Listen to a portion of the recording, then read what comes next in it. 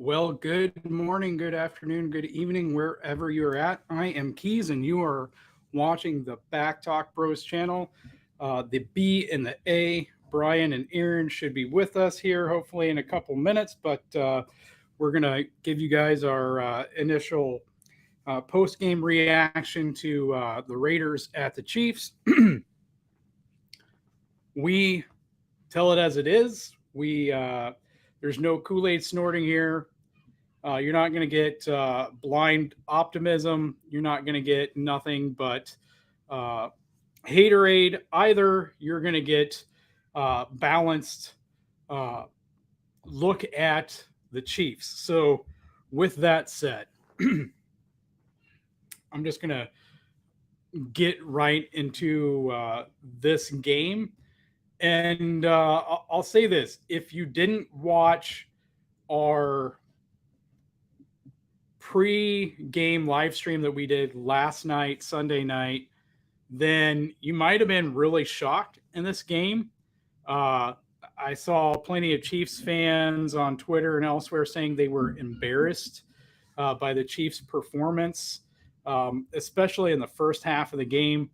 And I'll say this: I told people during yesterday's live stream that this Raiders team, we shouldn't expect to go out and have performances against this Raiders team that we had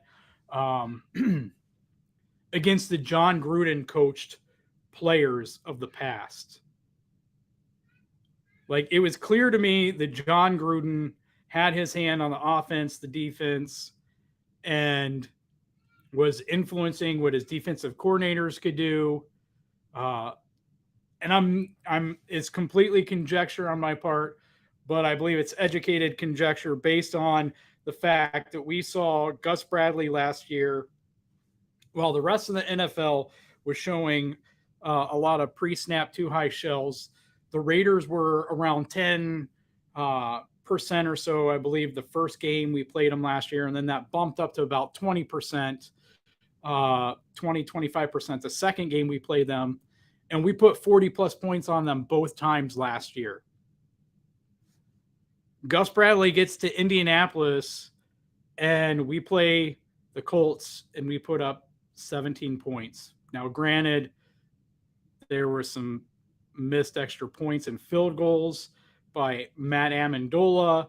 There were some missed plays, some incorrect plays by the refs. We could have gotten more than that, but it definitely wasn't 40-plus points like we saw against the Raiders last year. Now, Colts have different personnel, yes. But regardless, to me, in my mind, it was John Gruden saying, this is my buddy Andy. I know my buddy Andy better than anybody else, including you, Gus Bradley, including anything you guys see on film. This is how you need to defend him. John Gruden's gone. Josh McDaniels is there. Yes, I know he failed as a head coach for the Broncos. Yes, I know we love to laugh about that. Yes, I know we tend to like to laugh about anybody that comes out of the Patriots organization, between Scott Pioli's failure here, Romeo Crennel and Charlie Weiss's failure here, former Patriots assistants turned head coaches elsewhere who failed, other than Mike Vrabel, and others who should have been given a better chance, like Brian Flores. So we like to laugh about all those things, but head coaches generally do a lot better their second time around. Yes, there's a lot of laughable material, quotes out there from former Broncos players about Josh McDaniels as a head coach. Whether he was trying to emulate Bill Belichick or not, all that really matters is he's been back with the Patriots for a number of years. He's had plenty of years to learn, to be reflective on where he screwed up. And all that matters is that Mark Davis and the Raiders gave him a chance to be a head coach again. Interestingly enough, this is the same Raiders team that could have apparently had Tom Brady last year when John Gruden was there. I don't know what the relationship is like between McDaniels and Brady, but if Brady plays next year, could there be renewed interest? I think that Derek Carr showed some Chiefs fans why they should stop sleeping on him and laughing him off. Gooch and I have talked about Derek Carr as a top 10, 12 or so quarterback numerous times. Aaron disagrees. Aaron's one of those who laughs us off. You guys saw the throws. You saw that throw to Davante Adams. You saw where he threw it. We like to make fun of our divisional rivals, and that's fine. We can have fun. We can say things in jest, but there's a line where we start to become delusional. Like it's kind of a reverse Kool-Aid snorting where we're blind to the fact that other teams have strengths. Other teams' players are fairly good. Maybe it's that we're being too relativistic with our standards. We're watching Patrick Mahomes. We're watching Andy Reid. We're watching this player and that player week in and week out. So we're seeing high level there, right? We're seeing high level quarterback play out of Pat. So yeah, when you look at Derek Carr, he doesn't look that great. But when you look at him in proper context, I mean, go back and look at the throws from the game. That's all I'm going to say there. I don't know. This game, Chiefs fans, we're a fickle bunch. I'm just going to say that we are a fickle bunch. If Davante Adams and I forget what other the receiver it was, if they don't pick each other and take each other out there at the end of the game, I think there are things that we're talking about that we're pissed off about as Chiefs fans. We won, so there's a lot of Kool-Aid snorting and a lot of rosy butt kissing going on right now. Like a lot of Chiefs fans are going through the amnesia of everything in this game that pissed them off. That's not us. That's not this channel. We're going to give you everything. We're still going to try to be optimistic, balanced, and fair in that. And I'm alone right now, so Aaron and Gooch aren't here to correct me on this, but I'm not sure that they necessarily would. This was another head-scratching game by Spags. Again, if you watched last night's preview, one of the things that I noted in it was that Josh Jacobs was leading the NFL in rushing yards inside. What did Josh Jacobs do in this game? He gashed the hell out of our defense. Now I'm giving these reactions, watching the game. I'm distracted. I got kids screaming and conversations going on.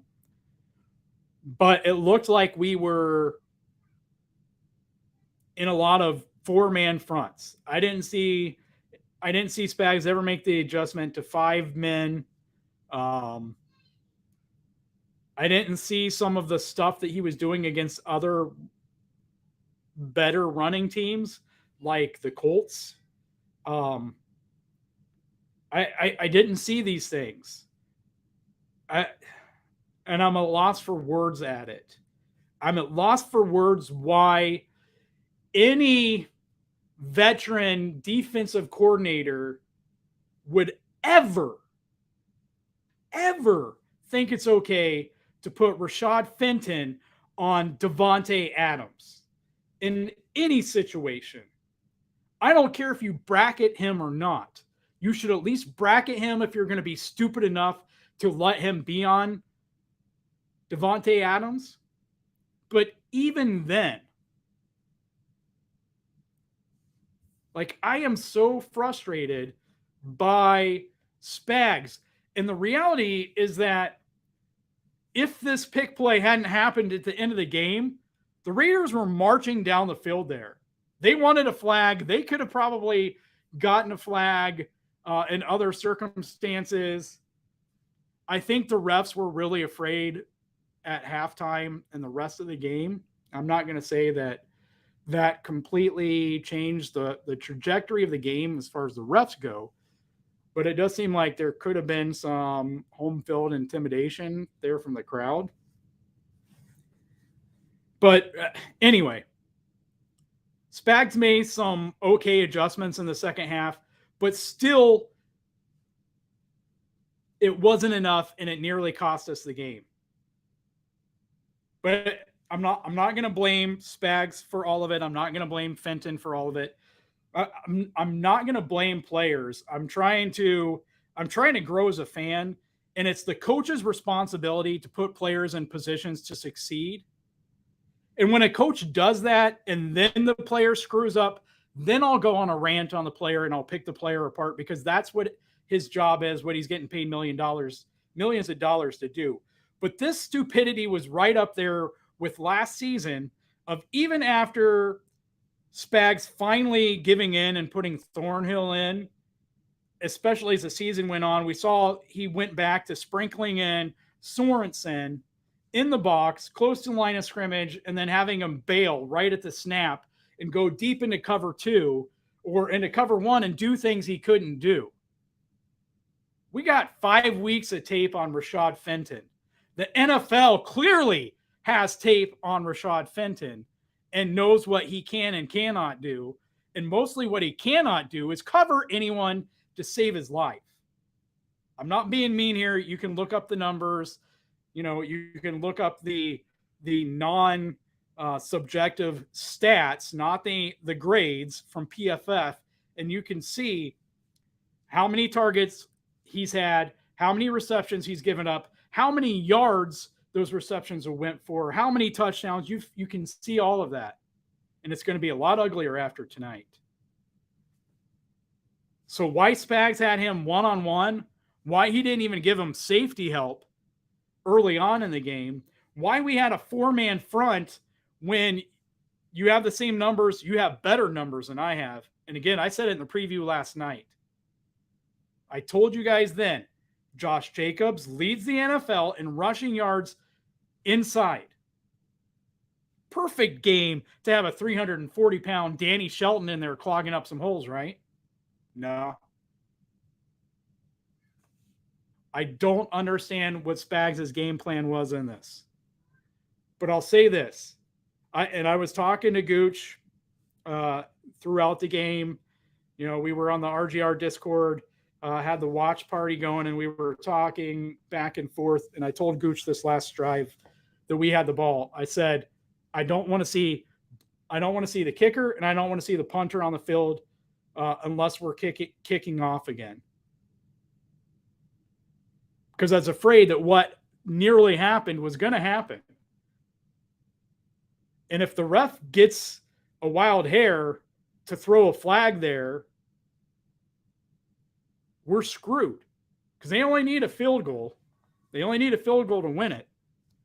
But to me, the setup to that was the drive before. You have 2nd and 2. And I'll have a better idea when I go back and I rewatch this game. But throughout the night, what I saw, what I remember, is CEH wasn't getting a dang thing on the ground. But you know who was? McKinnon. I don't know what it was, but when McKinnon was in there, he was getting to the second level before the defense of the Raiders could blink. Linebackers, cornerbacks, safeties were usually who was tackling McKinnon. You have 2nd and 2, you have CEH out there. I tell Gooch, this is not good. Where's McKinnon at? CEH doesn't get it. 3rd and 2. There's not enough separation by any of the receivers. We don't have anyone running a short crosser here. As I told Gooch, I played enough Madden, and I know people are going to laugh at me for that. But listen, as I told Gooch, when you're getting your pilot's license, you learn in a flight simulator. The military had even used at point fighting simulators for soldiers. I have thousands upon thousands of hours playing Madden. I've been in thousands of situations where I've had 3rd and 2. What I like to have there is I like to have my quarterback going on a bootleg, and I like to have a shallow crosser there. And maybe you have a fullback or tight end chipping and then going on the flat. So you have multiple short options there. And one of those options includes running the ball yourself and getting a first down. I didn't like the play call on 2nd down going to CEH. I thought McKinnon should have been in there. 3rd down, I hated everything about it. I hated the throw. You need 2 yards and you're going 20. You're looking 20 yards downfield. This was a crucial 3rd down. You might have faith in our defense. I didn't have faith in Spags. You could say we got bailed out at the end there. Raiders kind of did the same thing. They could have just ran the ball to Jacobs because we weren't stopping them.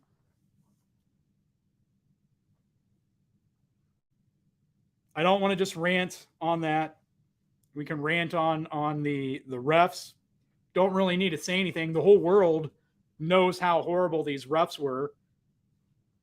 I told Gooch no matter what happened, whatever the conclusion was in this game, tomorrow morning, all anyone's going to be talking about, all everyone is going to be talking about is that bogus personal foul for roughing the passer against Chris Jones. Apparently he talked with Derek Carr. Apparently they're friends. I don't know how you do that as a player. I couldn't be friends with opposing players. But anyway, apparently he was talking with Carr. They're friends. They were laughing about it after the game. I guess you can laugh about it. I don't know what side I would be on if I was losing. If I was the side that lost, I would be royally pissed. I wouldn't be laughing about anything. And if I was the person who had the personal foul called on me, I would still be pissed off about it. But apparently Derek Carr told Chris Jones he didn't know how it got called. Carl Jeffers doubled down on it afterwards, talking to reporters, said that Jones put his full weight on there, even though everybody in the world saw left hand on the ground. Go back, watch the replay. Right knee on the ground. So he was putting weight on his knee, putting weight on his hand to stop himself from putting weight on Derek Carr. And he ends up at Derek Carr's hip, not fully on top of him. But Carl Jeffers doubles down, and I don't know why, but regardless, everybody else in the world is not stupid. Everybody else in the world can see. I would imagine Carl Jeffers watched that play at halftime and saw he was wrong, but regardless, whatever. NFL has a referee problem. I said it before the Chiefs game. It's certainly not a cop-out. And I wonder, because Chiefs fans, we like to use the refs as a cop-out. But man, if there was ever a game where people might have given us a pass, I think it's this game. All right, I'm gonna go to some chat, and then we're gonna get into some positive. I was keeping it real here. I'm not trying to hate on the team. So we're gonna go to the chat. Then we'll talk about some things that we liked. You guys can talk about some things that you liked. And Gooch says he's trying to get on, so hopefully he can get himself in here. I don't know if Aaron will make it. He was working, so he didn't even get to see the game. So, but yeah. Anyway, let's see. Real KB's here. Hefe's here. Robert's here. I'm just going to scroll down, guys, in case you jump out of here. I'm sure there were some more people here. Robert says Fenton rant well deserved, and it's nothing against Fenton. He shouldn't be put away he shouldn't be put in those situations. He should be put in situations to succeed, and this isn't one of them. There's not a whole lot of situations for him. This is definitely not it. And let's be real. There are very few cornerbacks in the NFL that can go one-on-one on Devontae Adams without safety help and succeed. Rashad Fenton ain't that. Now that doesn't mean he didn't do a pretty good job considering, his physical limitations and, his lack of speed and height. But anyway, yeah, you got to put Thornhill over there. I thought Watson did a lot better. I thought some of those calls were bogus. But yeah. Thank you, Robert. Guys, we're glad you're with us. I hope Gooch gets in here quickly. I don't know how long we'll go tonight, but anyway, Robert says I've been impressed with the youth group, especially D is playing well and learning from their mistakes. Yeah, I mean that's one of the positives with the coaching staff and with these players. They seem to be really dedicated to getting better. They seem to be really smart. A lot of energy, I think there's a lot to be optimistic about there. And we've talked about it numerous times because this was one of the times I was wrong, and I'm glad I was wrong. We thought offense was carrying this team until bye week, and then bye week, Spags was really going to coach up these young guys, and that's when we were going to start to see things turn up. But they've been impressive. And to be fair to Spags, he's still learning who can do what. And hopefully he watches the tape and he learns from his mistakes, because there's things that Fenton can't do. I think there's things that he should have done better in this game. Now, granted, this is a team you're playing again, right? So maybe they're holding back. I don't know if they are or not. We like to think they are because it gives us, optimism and hope for the next game. But I don't know that for certain. I hope they are. If they're holding back, that would be great. I'll say this though. But before we knock the defense, again, we had 4 defensive linemen, right? There were times where there was only 1 or 2 linebackers out there because there's a good receiving crew here. And so I can't fault the defense a whole lot because I don't feel like they were put in position to stop Josh Jacobs. I don't feel like they were put in the right situation to stop Devontae Adams. At least the first half. Things got better there second half as far as Devontae was concerned. Josh Jacobs continued to run all over us. But what do you expect when you have 4 defensive linemen and only 1 or 2 linebackers? I mean, I'm not concerned with the run defense in this game. If they had 5 defensive linemen and maybe 2 or 3 linebackers, yeah, I am. But we're without Willie Gay. Willie Gay is going to make a difference the second time around. All these passes to Jacobs in the flat that Bolton wasn't fast enough to get over there. Not going to happen with Gay. He's too fast for that. I think I saw Chenal out there a few times. Didn't really see any impact there.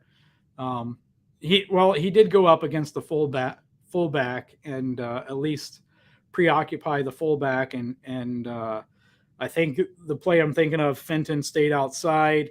Jacobs went inside of him. Thornhill just kind of dove with his shoulder at Jacobs' feet, and Jacobs still ran for about 15 yards or so. Jacobs was running angry. Guys, this is his 4th year on the Raiders. So, this is what? Around the 9th time he's played us. This is a guy who had his 5th year option declined by the Raiders once Josh McDaniels came in. He's playing for a contract next year. He ran angry. This is Monday Night Football. It's against a rival who's beaten you numerous times over the 9 games you played them. Biggest spotlight in the world. Josh Jacobs was running for a new contract. Spags made it easy on him. Perfect game for Danny Shelton's 340 pounds, 350, 60 pounds to just stand there and occupy space, in my opinion. But whatever. But yeah, I agree, Robert. This is definitely an area we have to be optimistic of. You know, that I'll say this, and I think there was a lot of coaching errors in this game, but the player errors are the things I'm more optimistic about because the coaches will find them, the players will find them. And these kids, I believe, have the work ethic and the hunger that they're going to continue to work and work and work. And they're only going to improve. This is week 5.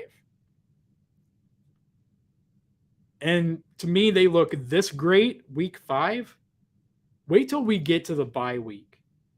Wait till we start to get guys back. Wait till we get Dana back. Wait till Willie Gay's back from suspension. Wait till Trent McDuffie is healthy.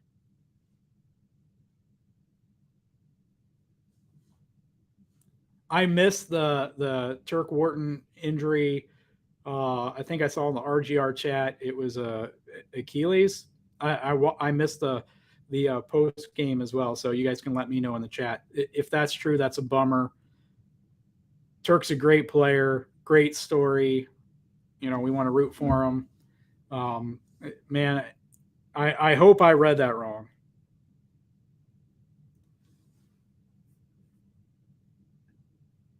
Hefe says it was the Raiders Super Bowl. Yeah, like these two games, you know, out of all the games, right?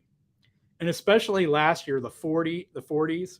And it's funny though, because you know, you talk about games and you talk about, you know, like they put up the graphics, how Mahomes has done against the Raiders. And you think about, well, you know, there's different coaches, there's different head coaches, there's different defensive coordinators, there's different players. So how much does that really matter? It seemed like when the game started, it really mattered to the Raiders. Didn't seem like it really mattered to us, right? It seemed like when we came out, we weren't coming out like we were playing a hated divisional rival in the Raiders. You guys let me know how it seemed to you guys, but it seemed like we just weren't amped up. I really felt like watching this game that the pivotal moment was after Carl Jeffers called that call. And you had 70,000 people booing. You have 70,000 people saying it was a BS call. You know, even as the team was walking into halftime, the crowd was still animated. They were still utterly pissed off at that. And to me, that's the changing. That was the momentum changer. That was the moment where if this team wasn't ready to play this game, if they weren't energized, if they weren't pumped, if they didn't have what they needed, I felt like the players saw these fans care. They got our back. They care.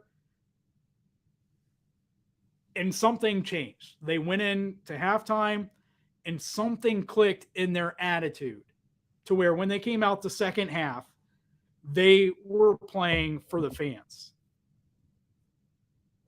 And maybe that's the spark we need moving forward, because ever since I don't know if it's the pandemic or ever since Mahomes has been here, I think it's since Mahomes has been here, and I've heard other people give a theory about this. Arrowhead hasn't been home field advantage like it was in the 90s, like it was before Mahomes got here. And I've had people say, and I'll accept this as a plausible theory, that when Mahomes got here, it got like kind of corporate-y, like it became a amusement event. You know, it's kind of like going to a Dodgers game or going to rooftop seats at a Cubs game, where it just kind of became like this hangout thing. Like you're going to watch Mahomes and you lose, you know, the team starts winning, the ticket prices go up, the diehard fans who are screaming at their lungs for a whole 3 hours are being replaced by casuals, people who just want to see the spectacle that is Patrick Mahomes. And so that's part of the reason why there hasn't been that impact before. Maybe this game changes that because it felt like the crowd was a difference maker. You guys let me know what you think, but I felt like there was some intimidation towards the refs. Like the refs felt some intimidation from the crowd. I remember one of the play calls. It was when the Raiders were punting, and I thought for sure they were going to throw a flag for roughing the kicker because one of the defenders looked like he rolled into him or around him or something, and the punter went down. Probably a flop. I don't know. It was hard to see on the TV angle they showed, and there was a flag, and Cheffers gets on there, and my wife turns to me and she's afterwards, and he gets on and he says there's no flag for block in the back or something like that. And my wife says, "Did you hear his voice crack like he was going through puberty?" And I think he was nervous. I think he was nervous to turn on his mic at any point and address the stadium from the rest of the game onwards. So I don't know. I could be wrong in that, but it kind of made me laugh. Hefe says, where was Pacheco? Yeah.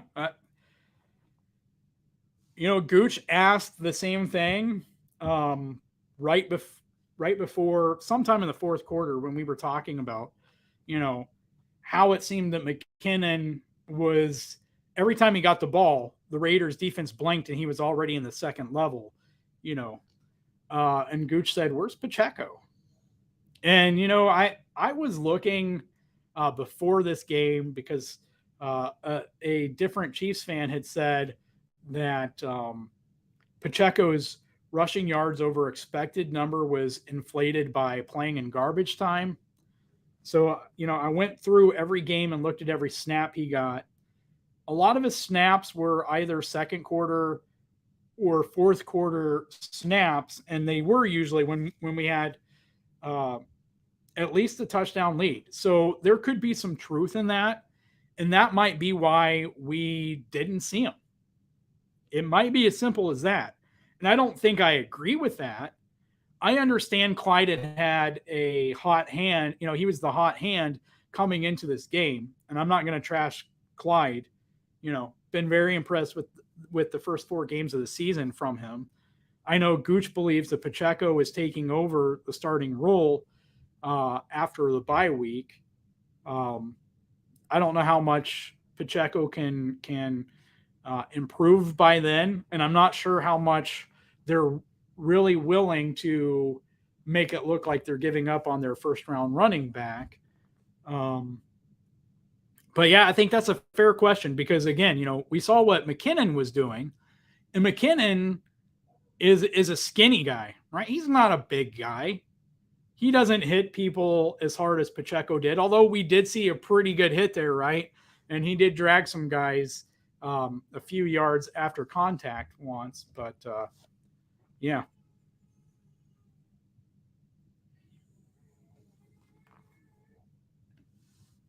Robert says play calling CEH runs were very poor. Yeah, and listen, I don't know if it was the particular plays called. I don't know if it was CEH. I don't know because there is a difference, right? McKinnon is the guy who was in there on third downs, and I didn't pay attention to how many of those runs were first and second down runs. I should have, but I didn't.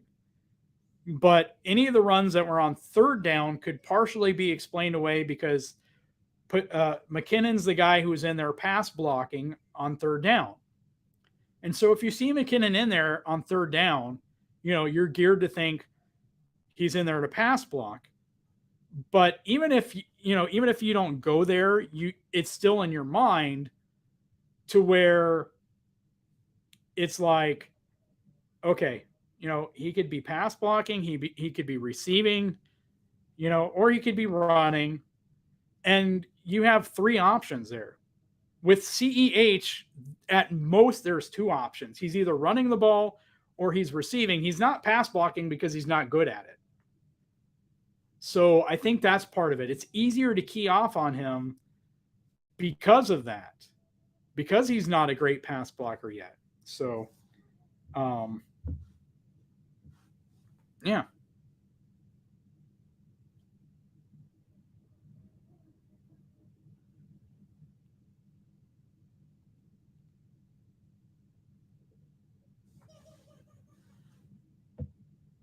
All right, let's see here.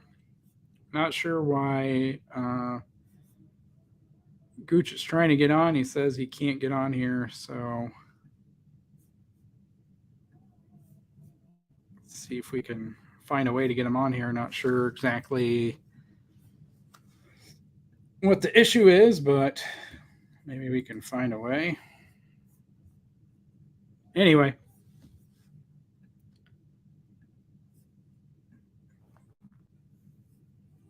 Yeah. Robert says doubling down on stupid refs need major training and film study. And listen, I one of my keys last night was the refs in the game. I said watch the refs, watch Orlando, watch Wiley. Will the ref call false starts and holdings on Orlando? The reality is Orlando never even got close to any of the edge players to even get to hold them. Sorry. I'm going to call that a laugh, Gooch. I thought that's what you were doing. Well, Hefe said something really funny. Oh, I see. In the middle of my call. I see Holly's with us. Let me scroll down here again in case I missed anyone. Holly, Mike in Sweden. Mike, glad you're with us. Holly, glad you got in here. James, we'll jump to James here. James says, boy, I'm not a Chiefs fan, but I love y'all Chiefs fans. Y'all never let me down. Well, I think that's probably a good thing. That's how I'm going to take it, James. And regardless, we're glad to have you drop by here and stop in. Marty says, as a Raiders fan, I've asked other teams' fans on their streams if they'd take Josh McDaniels for 3 months of Spotify Premium, and unfortunately, there are no takers. Marty, I'll say this, and I've been saying it to Chiefs fans, that everybody else, and not just about the Raiders, the Colts, other teams, even the Broncos. It's going to take some time to adjust, right? And honestly, I wish that John Gruden had never gotten fired. I wanted to see him all 10 years of that contract as a Chiefs fan. I think it's going to take some time for McDaniels to uncoach some of Gruden's things. I'm more optimistic on McDaniels his second time around. I know a lot of Chiefs fans laugh about that. I know after the slow start for the Raiders, probably some Raiders fans would laugh about that, but I still see a reason for Raiders and Raiders fans to be optimistic there. It's going to take Carr some time, right? It's going to take McDaniel some time. I'm gonna tout the Raiders for a minute. As a Chiefs fan, I'm gonna give some props to the Raiders. First of all, their defensive ends or their rush ends or whatever made our tackles look like high schoolers. That's number one. Well, to be fair, me and you could have rushed off the end and probably done the same anyway. Right. Number two, they put up 29 points and they were in that game. And it wasn't McDaniel's play calling. If you want me to be honest, the Raiders are 1-4, but I would take them over the Giants, who are 4-1. I would take them over the Cowboys, who are 4-1. I would take them over most of the league. They are a good team with a whole lot of talent. Not to mention, they hung 29 on us without Waller, who was out after 6 snaps. Right. Yeah. I'm just saying, if you're a Raiders fan, there is a lot to be optimistic about. Generally, first-time offensive coordinators as head coaches bomb about 80% of the time, but when they get a second job and they get their stuff implemented, they're good. And the Raiders, I'm not a fan, but they have looked good. They've been in every single game. They've lost every single game by a touchdown or less. So it's not like they're getting blown out. And by the time they figure it out, they can still make the playoffs. I mean, look at the league. There's not any real runaways. The Chargers are 4-2. The Bills are 4-1. We're 4-1. The Eagles are 5-0. I mean, but once you get behind that, everybody's 2-2 or 1-2 or 1-3, but still in their division. They won't win the West, but they can still sneak a wild card out. I'm just saying. I don't want. I'm happy that we won, but aside from the Chris Jones penalty, if you want me to be honest, we probably shouldn't, because Josh Jacobs was running through us like a hot knife through butter. Right. Yeah, and I was talking about that early on because I was surprised that Spags didn't go to 5 defensive linemen there.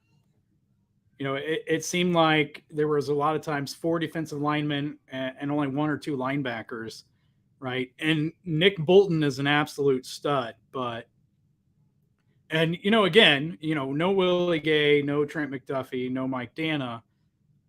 If they play in the second game, it's going to make a difference, and I think Spags will switch some things up. And I don't know how much that was on the back of his mind. But yeah, I mean, for the Raiders offensively, defensively, I'm with you with Crosby and Jones. I'm not sure about the rest of the defense quite yet, but those 2 guys, and hey, that's the biggest weakness on our offense. So, you know, those 2 guys were almost enough to you know, really cause our offense some issues there. And they did great when they were defending the run when Clyde was running it. But yeah, I mean, the Raiders offense, and again, you know, you pointed it out, Gooch, and that was, you know, again, if you want to talk negatively about Spags, Darren Waller played 6 snaps.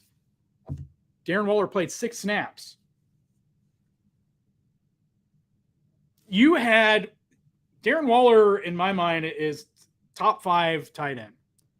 You know, you have Travis, and you can fight about where George Kittle and Mark Andrews and Darren Waller are. But, you know, to me, those are the guys right there. It's Travis, and then a little bit below him, there's the other 3 guys there. And that's just the way it is. You know, Waller's if you want to be honest, Travis, but Waller's probably number 2 because Kittle can't stay healthy. I mean, I honestly think, and this is going to sound sacrilegious, but if you put Waller with Mahomes, if he had Travis's smarts, you'd have the same person. You know what I'm saying? Yeah. But Waller didn't play quarterback, but he's a hell of a receiving threat. You know what I'm saying? I hate tooting the Raiders horns because I'm not a Raiders fan, but like I jumped on because I couldn't get on here initially. There was a lot of people trashing the Raiders on different podcasts, and I'm like, did any of y'all watch the same game I watched? Like that's like I'm sitting there trying to watch the game because Keys loaded up for me. You guys should take advantage of that in the Discord too, because Keys loads it up. But like I'm sitting there and I'm watching, I'm like, wow, like I'm actually like, they're playing good. And I realized at Hefe, I'm just gonna say this, like, if you're just talking about that one where Adams didn't get his foot down, me and Keith were watching that play. If you're talking about that and Carr not being able to hit Adams in stride, Adams is a great enough receiver that he should have had it. But hitting him in stride, to me, is that beautiful pass where he stood up in the pocket over 2 outstretched Chiefs defenders and it landed perfectly in his hands at the back of the end zone. Jalen Watson and Brian Cook. Right. Now, Carr doesn't hit that every single time, but that's one of the prettiest balls I've seen, you know, Derek Carr put up. It was a hell of a pass and a hell of a catch. Yeah, it really was. I mean, they're going to be good. And if Josh McDaniels and them, It's not even a matter of figuring it out. It's once they get comfortable. Once they get comfortable, this division is going to be Chiefs Raiders again fighting for supremacy. I really believe that. And well, I mean, it's kind of hard when you have Mahomes, but I mean, who out there can say that if Josh Jacobs was wearing a Chiefs jersey tonight, you wouldn't be beyond impressed? He was running fast. He was running hard. Like, if I weren't a Chiefs fan, I would say his performance was beautiful. But I'm a Chiefs fan, so I won't and can't say that. The only reason why I can say it is because he was Alabama first. No, actually, and when he lowered the boom on Thornhill, all I saw was him in Alabama in Crimson Tide colors. I was just like, I remember that guy. You think he's going to stay in the AFC West next year and sign with? That was one of the things that I wanted to say to Ryan. The Raiders didn't pick up the 5th-year option on him, right, or Abrams, and the way that Jacobs is running, he's going to be a whole lot more expensive. Yeah. Than what his 5th-year option was going to be. And I don't think he stays in the AFC West. I think somebody throws him a ton of money and he's gone. But enough about that. Let's talk about McKinnon slicing up the defense. McKinnon was a beast. I don't know why. Where was Pacheco? Yep, we had that question in there, and we talked about that a little bit. And why wasn't McKinnon getting more carries? I mean, Clyde, they gave on a 3rd and 2 where a first down closes it out. They give it to Clyde, who runs horizontally instead of vertically towards the line. This is not what you want. That's why we ended up punting and almost losing. It shouldn't even have got to that. Me and Keys were on the phone, and I was like, Keys was like, oh, maybe they throw it. And I was like, no, don't do nothing stupid. Just hand the ball off to McKinnon and run out 2 minutes and 30 seconds. Can I just say, yeah, and I told him all this. Go ahead. Okay. No, you're fine. Can I just say, like, imagine, and I'm not saying this to be mocking, or, for us to all start laughing, but seriously, imagine being a Raiders fan on that play, on that last play. Because I told Gooch, when we were talking, I said, maybe I was muted at this moment, so I was saying it to my wife. But when we were talking, I said, is this a Bill Belichick play that Josh McDaniels brought over to the Raiders? Like, was the play supposed to be for the receivers to drop down on the ground and make it look like pass interference? And I kind of said it tongue in cheek. It sounds like something Bill Belichick would do, right? That they would have a play to do that. But that was the first glance through. And then when they showed the replay and you can see Devontae, and I forget the other receiver there. Hollis, is that his name? It was Renfro. Renfro? What? Man, that doesn't make any sense. Yeah, it was Devontae and Renfro. Renfro was supposed to cut out almost like a pick to give Devontae another step, and they ran into each other. Yeah, it was Renfro. That's insane because Renfro is such a beautiful route runner. The guy has double and triple moves that embarrass everyone. Like, he can make almost anyone look like Gabriel Davis embarrassed Mike Hughes last year in the AFC in the divisional round game. Like, but yeah, I mean, imagine that happening. Like, it's such a heartbreaking way to lose because they were driving down the field and they only needed a field goal to win. By the way, how much heat do you think that McDaniels is going to take for going for 2 there? I knew he was going to. Well, I had a feeling he was going to when Andy went for 2. I just had this feeling, McDaniels, maybe he still has some of that little arrogance he had before in him. I just had this feeling he was going to. But if you don't go for 2 there, what happens, Gooch? if you just kick your field goal, it's a tie game, right? Well, it's a tie game, but I also like I was sitting back and I think I was talking to you, and I was like, I was mad that the Chiefs were going for two until we talked it through, and then it was like, oh yeah, if you go for two and get it, you're up 9. Even if they score 8, like you still have the lead. Mm-hmm. Um, And if you I don't get it, think it's still a 7-point game. right, and I think McDaniel's was thinking if I'm going to give the ball back to Mahomes, because I'm sure he's thinking like everybody else, if I'm going to give it back to you with under 3 minutes to go, I'm Right. at least going to be ahead because I'm going to make you work for it. You know what I'm saying? That's really what I think he was thinking. I think he was thinking 2 scores ahead of, okay, we score or they score, we score. Okay, if they score and we score, we don't want it to be a tie and then give them time to go down and kick a field goal. Although I think it's kind of crazy to think that without Butker. By the way, I've been operating for the last year or so in most games. To me, I'll say, give me the head coach quarterback combo, and that team is going to win 90% of the time, no matter how good the defense is. I got to amend this now that Butker's out, and I've got to add, and watching the Ravens game and watching the Bengals playoff stretch last year, I got to amend it, and I got to say head coach, quarterback, kicker trio. Like the better head coach, quarterback, kicker trio is usually going to win the game. I also want to add to your Renfro comment. If you want to talk about beautiful route runners, I think there's Cooper Cup and then Hunter Renfro. And it's not 1-2. I think it's 1A, 1B. I mean, Well, as far as route running is concerned, I don't think I are haven't you watched including every. tight ends too?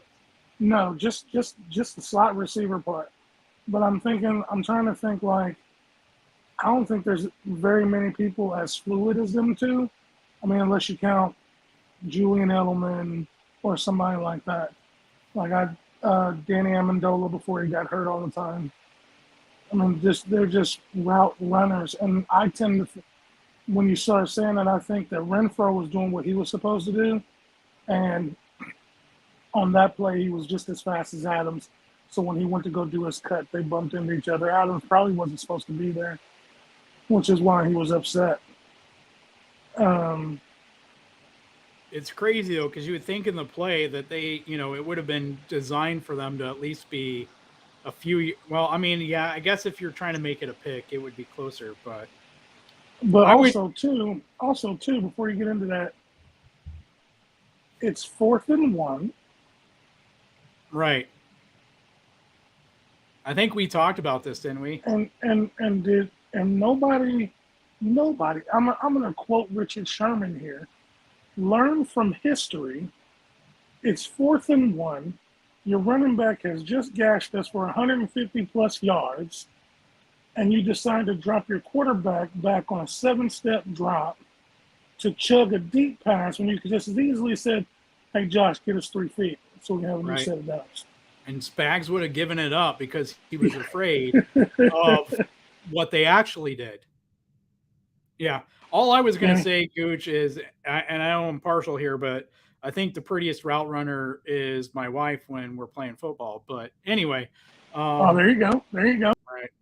Anyway, I think we're probably done talking about the Raiders, guys. We're sorry for all of our Chiefs fans here if that talk nauseated you guys, but we do want to give them props for the bright spots they had. Speaking of bright spots, Robert says Kels, Mahomes passing Troy Aikman, and it's funny that they never mention it on air. Yeah, and like 40% of the games or so, I think, is what I saw that Aikman played. Patrick Mahomes passed him. Before we start talking about the era he played in, I'll remind you that he has a overrated running back in Emmitt Smith, Hall of Fame running back, that he got to hand the ball off to. Had a pretty good offensive line and a pretty good defense with with a guy named Charles Haley, who has the most, well, it's second most rings now, isn't it, Gooch, to Tom Nope, Brady? he's tied. They both have 7. Oh, they're tied. Okay, and Charles Haley and a Hall of Fame wide receiver in Michael Irvin. So, you know, it, Travis is a Hall of Fame tight end. You know, you can judge Jay Novacek however you want. I believe that was Troy Aikman's tight end back when he was playing, was Jay Novacek. But a Hall of Fame wide receiver, and Tyreek's the unicorn, and he may make the Hall of Fame, but he isn't the kind of receiver that Michael Irvin is. You know, we all know of Tyreek's hand issues and stuff. But anyway, yeah, kudos to Travis. 4 touchdowns in that game was insane. Had to be infuriating to be a Raiders fan. Like, I'm sure they were screaming at their defensive coordinator the same way I screamed at Spags when I watched Fenton get burned over and over and over again. If the team had cared about Fenton's health at all, they would have taken him out, they would have rushed him to the hospital, and they would have got him treated for 3rd-degree burns. But anyway. That's pretty good. Yeah, Fenton, yeah. Oh, the reason why they didn't, first of all, let's shout out Kelsey for 4 touchdowns and 25 yards receiving. The lowest ever reception yards with 4 touchdowns ever. The next lowest is 93 yards. So Kelsey keeps finding ways to break records. And the reason why I think they didn't talk about it, Mahomes passing Aikman, is because he said a year ago or so, somebody made a comment that Mahomes had passed for as many yards as Troy Aikman in 31% of the games. And Aikman made a point before then, was like, talk to me when he has 33% of my Super Bowl rings. Well, Troy, he does, because you only have 3. So I'm sure they want to bring that up and go, well, that tweet didn't age well. Right. But yeah, I was surprised Kelsey got 4. That one I didn't think he was going to make when he like stiff armed 2 guys, because it looked like he was falling for the end zone the whole time. Mahomes, no interceptions. So, I mean, he's even with the pressure. Now, I will say this.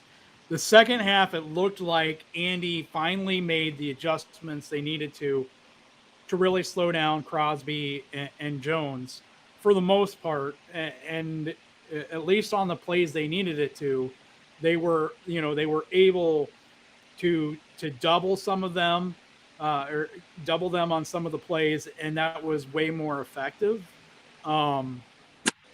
But yeah, I mean, it's definitely a kudos to Travis. And if we think that we're pissed about Spags, and the way he was using Fenton, imagine being a Raiders fan and you can't figure out a way to stop Travis from getting 4 touchdowns.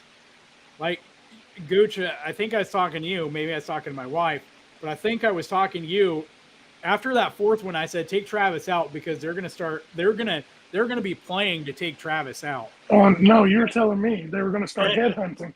Right. And speaking of, we had a laugh there. I don't know if you guys all caught this, but one of those last receptions to Travis, we were watching it and, it flashed on the screen and I'm like, what are the Raiders doing? It looked like we were going to punt. And I didn't even know it was Travis. I just saw, because the view, like, it was like kind of little dots. And I'm just like, okay, our receiver's there and they have 2 guys on him like this is a punt. And the pass goes off. And then I see the replay and I said, Gooch, is that a defensive lineman and a defensive back doubling Travis? They had Cleveland Farrell pressing Travis, and I don't know who the defensive back was. I think it might have been like number 30 or something like that. But Cleveland Farrell in a defensive back, Travis was out wide, and that's how they had him doubled. Like that was after the third touchdown. And And I this think, was around midfield or so, I think, right? Like midfield yeah, of their 40 or something. I think Cleveland was supposed to press him because couldn't nobody else stop him, couldn't Right. interrupt his route.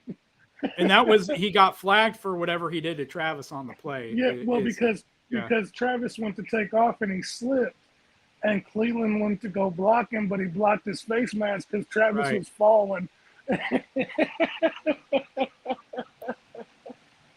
That's an interesting double team right off the line.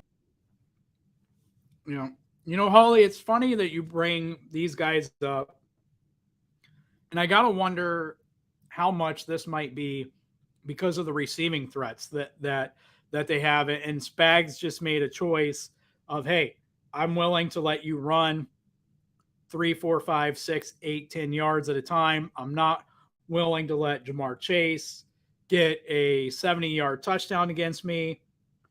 Chase, Higgins, Boyd, Uzuma, Mixon, compared to Adams, Renfro, Waller, Jacobs, pretty good mix. I'm surprised they traded Brian Edwards, but that was their prerogative there. But if you compare those two groups, you can see a lot of similarities, there. And so I wouldn't be surprised if, given the receiving threat, if that wasn't a Spags decision, even if I don't agree with it. It would have been mine too. I say that because I don't know if you caught the last live we did. The Chiefs were, before this game, when they could focus on the run because there wasn't really any. I mean, think about it. Arizona didn't have Nuke. Right. The Colts don't really have any top tier wide receivers. I mean, the Chargers have they have Chargers, Pittman. Yeah, but they're running not bad. And the Chargers have what's his name? They had Williams, but Allen was out. Right. They have Eckler, but Eckler's more of a receiving threat than a runner. We were only giving up 2.37 yards per carry, some crazy stupid stat. But we also didn't have the super duper receiver threats. And I mean, they played a lot of zone today. So I think, I actually think the fear was there. But I don't think it was, well, when Waller went out, I think it was just Renfro and Adams. But that's still, I mean, those are dangerous people. What I worry about now is, me and Keys were talking about this. Gay is out through next week, which is the Bills game. And we don't have anybody that can spy or run with Josh Allen.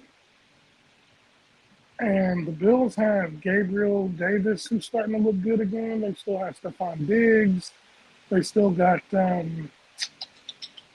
can't think of his name, but they've got three legit wide receivers. Yeah, thank you. They've got three pretty decent wide receivers, and it's going to be rough, especially since, can McDuffie come back? Yeah. I'm asking, is he out too, like Gay, for another week because of the IR thing? No, he isn't for. He doesn't have to be. If he's healthy, he should be eligible to come back because he was hurt. He was hurt in the Arizona game. So that was game 1. You have to set out 4 games. It's on 2, 3, 4, and 5. Okay. Once you go on IR, so he would be eligible to come back for the Bills game if he's healthy. So, I would have loved to see McDuffie versus Adams. Yeah, and hopefully both teams are healthy the second time through. It'll be fun. It'll be in Las Vegas and it'll be fun. And if hopefully Gooch hits the lottery and he can take me out and we can watch it. No, I'm kidding. I don't really. There you go. Oh, we'd all go. But yeah. I don't know where we are in the chat. Let's see here. Yeah, Robert says, yeah, it's a torn ACL for Turk, which is really tough. He was Turk Wharton. He was playing great. Yeah. He was playing great. His story has been great as an undrafted free agent, and the things he's done the last couple of years or so So, and because of that, he's not a guy making a lot of money either. So, man, you hope he recovers. He recovers well, and he can get a good second contract. Hopefully, still with the Chiefs. So, Ollie says Carr with some great passes to Adams as well. Yeah, yeah, we talked about that. Um, I wish Aaron was on here. Aaron has always made fun of Gooch and I. We've told you guys multiple times, we're not going to be Kool-Aid snorters and just mock the rest of the division and not tell the truth on other players. Gooch and I have told you guys, Derek Carr is a top 10, 12 uh, NFL quarterback. And if he was a quarterback in most other divisions, he'd be probably the second best in that division. I firmly believe that. NFC West, probably second best to I don't know. Would you say Kyler? I was going to ask you if you'd say Kyler. I know you wouldn't say Stafford, and I'm not impressed with Garoppolo. To me, I put Garoppolo, Tannehill, and Baker Mayfield, a few of these other guys in a category that I call needs a strong run game, can't handle pressure, will lose it for you in the closing minutes. Yeah. Like they need help. Garoppolo looks better because he gets a lot of help because of all the things that Shanahan does with that offense. Now it's looking better with them over Lance, but AFC North, I'd say right behind Lamar, because Burrow doesn't have as many years in yet, so he's still learning. And Burrow has caused himself a lot of sacks. Yeah. NFC East, I think he's better than every quarterback there. NFC South, it would just have to be behind Tom Brady, but it's just because of experience. I will say, going back there, I'm going to interrupt you because I do think, and it's weird that I'm saying this because it's your Bama boy, Gooch, but I do think that, and I was fairly high on Jalen Hurts last year because he almost single-handedly helped me win the RGR Fantasy Football League. But he certainly looks like he's even gotten better this year. I've been impressed with his progression there. I'm still not sold on the Eagles. Like if the Eagles and the Bills, say the Eagles and the Bills played in the Super Bowl, I think the Bills would shellac them. Well, yeah, because Jalen Hurts is looking better, but everything is media driven and it's a singular item. People are forgetting that Jalen Hurts is looking good because they still have the best rushing attack in all of football. So you still have to stop the run, which makes this play action game a whole lot better because receivers are getting open. They're worried about the run game. You know what I'm saying? It's like it's the reverse for Josh Allen. Josh Allen looks so great as a passer because everybody's worried about him running. Right. So you stick the spy on him and stuff like that. And I think the most complete quarterbacks are still Mahomes and Rodgers, but every other quarterback looks good because of something else. The Chiefs are winning because of Mahomes. You know what I'm saying? It's not like, oh, we have this great running game or, oh, our passing game is elite. Our offense is elite, but it's because of the person running point. You know what I'm saying? Kelsey, Holly asked if Kelsey was our number one option if it makes us predictable. I don't think it does because I think Kelsey is the number one option in name alone. I mean, I think Juju plays tight end for us, and MVS, it was good to see him come up with some catches in Hardman. I think those are the receivers, and Juju and Travis are the tight ends because they play the same part of the field. I'm rambling though, so go ahead. I'm sorry. Yeah, I think it depends on the game. I think it depends on the opponent, how they're playing. But yeah, I was going to say something. Oh, you were talking about the Bills and Allen being the run game. With Matt Rule getting fired in Carolina, there's been all kinds of rumors of them basically having a fire sale and trading this player, trading that player. And one of the rumors that I heard today, Gooch, and I don't know if you saw it or not, but there's a rumor out there that the Bills have inquired about Christian McCaffrey And if they went out and got him, I would probably throw up because in a lot of ways, that's kind of the missing piece. The running back has kind of been what they've been missing. And so far, I don't think James Cook has been as good as early as they thought he could be. But man, if you added McCaffrey running the ball and receiving the ball, it makes it really hard to stop the Bills' offense. You could say the same about the Chiefs too. Yeah. But definitely the Bills. And I think that, well, the Chiefs couldn't have thought they were getting something close to McCaffrey because CEH never had McCaffrey's kind of speed. Anyway, Holly says the Chiefs for sure didn't have the same kind of energy at the beginning of this game as, for example, the Bucs game at Raymond James Stadium. Yeah, and it seems like a lot of the time it has been home games. Seems like the Chiefs are so up and down with their energy. You know, and I think Gooch has said this numerous times in the past year or so, but Mahomes seems to get really amped up for home games, and that would lead to overthrows and things like that. But I mean, it really just looked like this whole team, they weren't of the same mindset of the Raiders. They weren't of the same mindset as Chiefs fans. Like, I don't know what they have to do to get this team to understand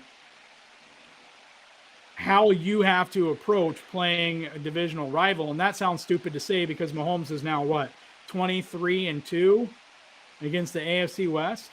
24-2. 24-2. So, it's hard to argue there. But, again, if they hand the ball off to Jacobs on 4th and 1 and they continue on that drive, they only need a field goal to win it. They can basically run out the clock and kick their field goal.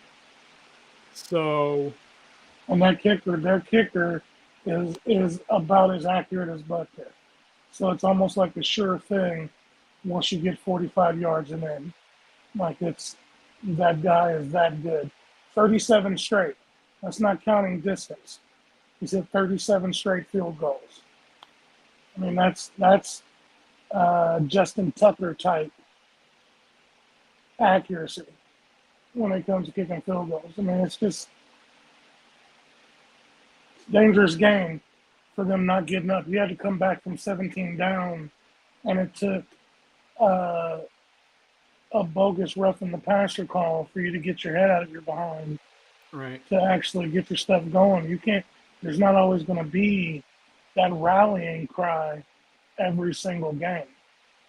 You're going to have to, step up. And the defense looked deflated. So I'm wondering right after that play, the defense looked deflated. And it was like the coaches weren't even talking to them, like trying to bring them out of it. I was just like, okay, here we go. I actually thought that was going to be the turning point. We were going to lose because Andy was hot, but you never see Andy hot. I mean, you see him angry, but he was hot, and it was almost like they gave him initially. It was like the defense gave themselves an excuse, like, well, if we lose this game, we got screwed anyway. So, I mean, but that crowd had the refs shook. Oh, yeah. Yeah, it's like if any of you guys ever played the old NCAA football games and you were a road opponent going into Alabama or Penn State or Ohio State or Kinnick Stadium, any of those places that are on the toughest places to play list, and your play graphics are shaking and your screen's shaking. That's what the refs were going through after that. Robert says worst roughing call on the internet. Tips now to Chris Jones. The league should admit it and apologize. Yeah, I think they're in a difficult position because I think I said this to you and I said it early on the live stream before you jumped on. No matter what happened, I'm pretty sure I told you this. No matter what happens in this game, this call is going to be what's talked about tomorrow.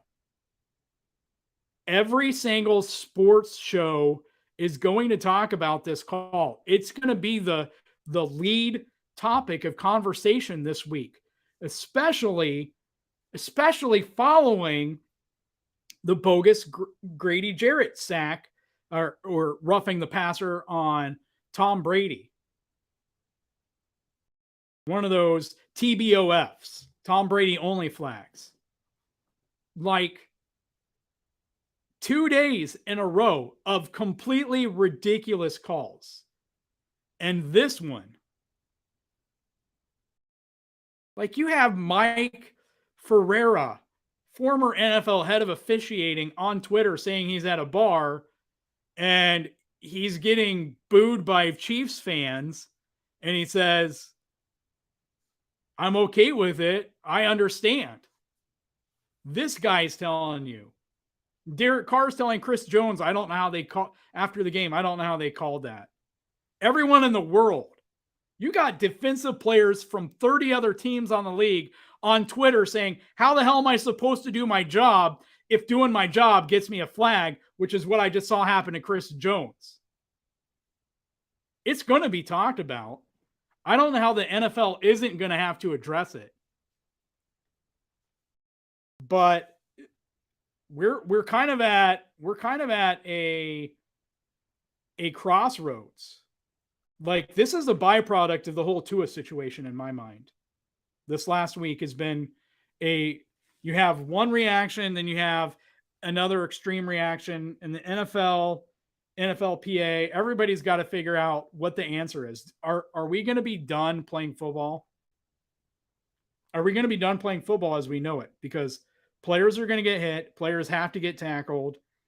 Players' heads are going to move. Players are going to hit the ground. So you got to figure something out. You got to make better helmets. You got to have a sky judge. You got to do something if you're going to go to this extreme, and they got to figure out what it is, because the direction they're going down to is going to ruin the NFL. Go ahead, Gooch. Oh no, I yelled and all that.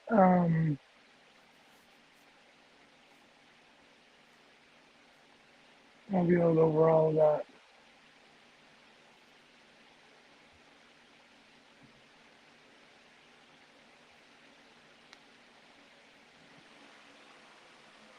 Holly says corporately like GEHA. She also says the crowd didn't seem as enthusiastic. Yeah, I don't know. I know it seemed like from that point onwards, anyway, they seemed really enthusiastic, especially really enthusiastic to let Carl Cheffers know that they thought he was a piece of crap and had no business having a job in the NFL. Holly says when the Chiefs were... Go ahead. No, that Jeffers guy, I was looking it up. His crews are known to be flag heavy. Yeah, I mean, there's a reason why when we have our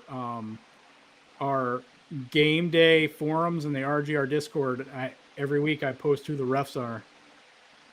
There are certain refs that will greatly influence the game. Like, there are certain refs, certain crews that act like they're screenwriters, that it's their responsibility to write the script for a game and determine the outcome of it. And that's not what the NFL should be.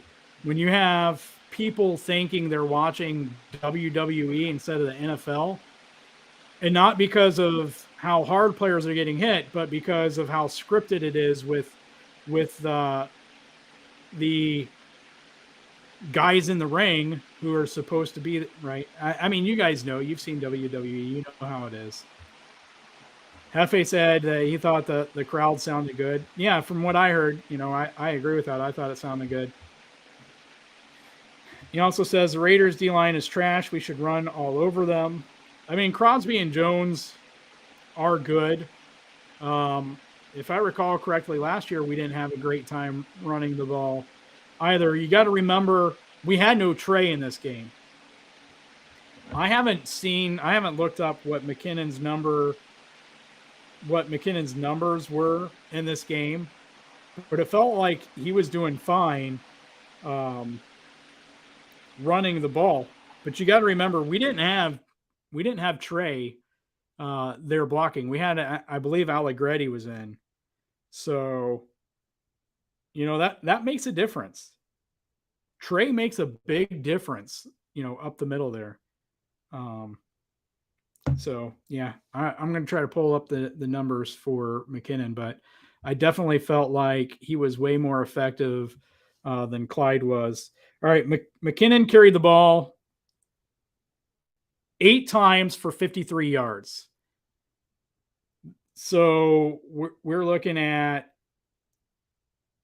over 8 yards per carry. If my math is correct, 8 times 8 is 48. So 53 yards. So 8.25. Clyde Eight, had eight and a half. 8.5. Clyde Over had 8.5. 9 carries. Clyde had 9 carries for 15 yards.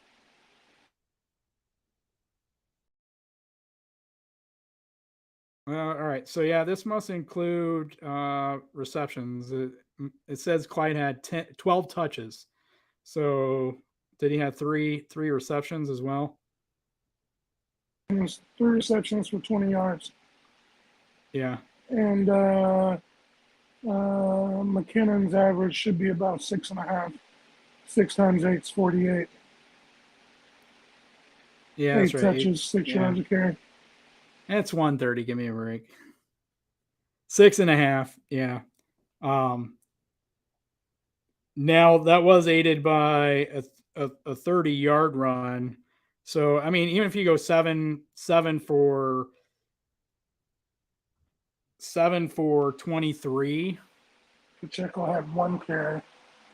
doesn't look as great, but it still seemed like, I'm guessing a few of those he got stuffed, because it seemed like basically every time that McKinnon got the ball, he was getting 3, 5, 6, 7 yards easily, whereas Clyde was struggling just to get back to the original line of scrimmage. But anyway, Holly says, shoot, I could complain about how close the game was, but we got the W. So that's does that say cool?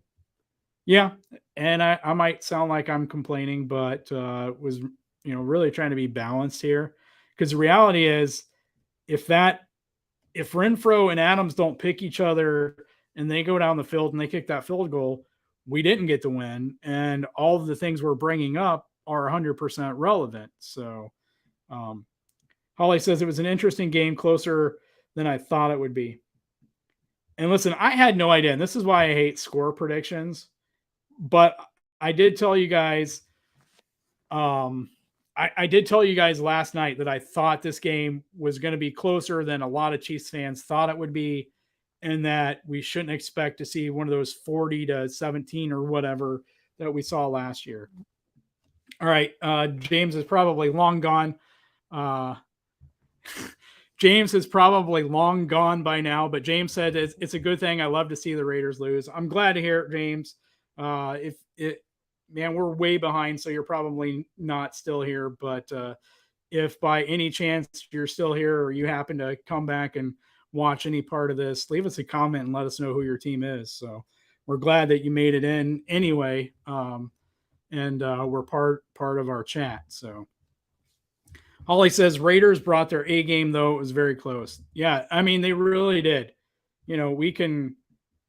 We can be mad about some things on defense, but they definitely, you got to tip your hat to players who succeed, right? Crosby did his job. Crosby and Jones almost single-handedly did their job in wrecking our offense.